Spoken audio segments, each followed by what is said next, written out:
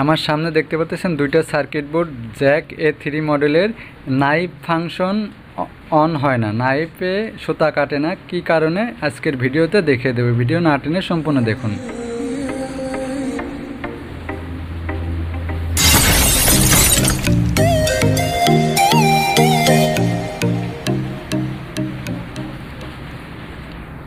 তো দেখতেই পারতেছেন দুইটা সার্কিট বোর্ড, একটা নাইফে কাটে না আর একটা হচ্ছিল হিরো 10।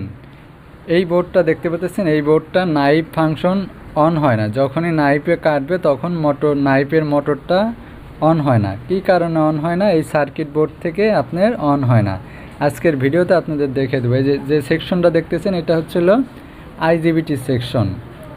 এই এই এই পুরাটা সেকশন মিলে আইজিবিটি সেকশন, ঠিক আছে। দেখেন এই যে এইখান থেকে এই পর্যন্ত আইজিবিটি সেকশন। তারপরে এই যে এইখান থেকে এই পর্যন্ত হচ্ছিল পাওয়ার সেকশন, মানে এসি 220 ঢুকবে এখানে। এইখানটা হচ্ছিল পাওয়ার সেকশন। এরপরে এই যে এই পাশের যে অংশটা দেখতেছেন, এই পাশের অংশ, এটা হচ্ছিল নাইফ ফাংশনের অংশ, ঠিক আছে। এখানে 4টে মসফেট আছে। এই মসফেট নষ্ট হলেও আপনার নাইফে কাজ করবে না। তারপরে এখানে যেটা দেখতেছেন, এটা হলো বিভিন্ন ধরনের পাওয়ার, এখান থেকে ভোল্টেজ গেছে, ঠিক আছে। হাই ভোল্টেজ এখানে আসার পর তারপরে এখান থেকে লো ভোল্টেজগুলো জায়গায় জায়গায় প্রত্যেক যেখানে যে ভোল্টেজ লাগে সেখানে সেই ভোল্টেজগুলো দেওয়া হয়েছে, ঠিক আছে। তাহলে আমরা আজকে বুঝে নিলাম যে কোন কোন সেকশনের কি কি কাজ। এটা হচ্ছিল আইজিবিটি সেকশন, হচ্ছিল মোটর সেকশনের কাজগুলো। আর এই যে দেখেন এই বোর্ডটা দেখাচ্ছি, এই বোর্ডের ক্যাপাসিটার খুলে নিয়েছি। ক্যাপাসিটার এই জায়গাটা পুড়ে গেছে। ক্যাপাসিটার ঠিক আছে, এই ক্যাপাসিটারের নিচের অংশ টার্মিনাল, এই যে দেখেন টার্মিনাল কিন্তু পুড়ে গেছে।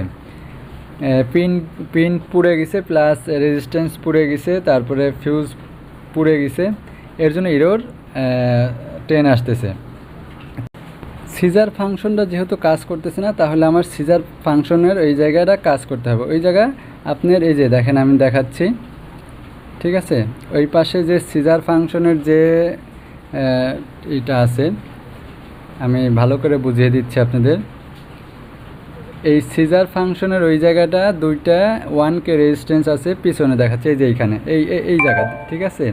এইখানে এই যে মাঝখানে দুইটা 1K রেজিস্ট্যান্স আছে। এই রেজিস্ট্যান্স শর্ট থাকলেও কিন্তু আপনার সিজার কাজ করবে না, ঠিক আছে। তো ভালো থাকবেন সবাই, সুস্থ থাকবেন। আজকের মতো এইখানেই বিদায় নিচ্ছি। আল্লাহ হাফেজ।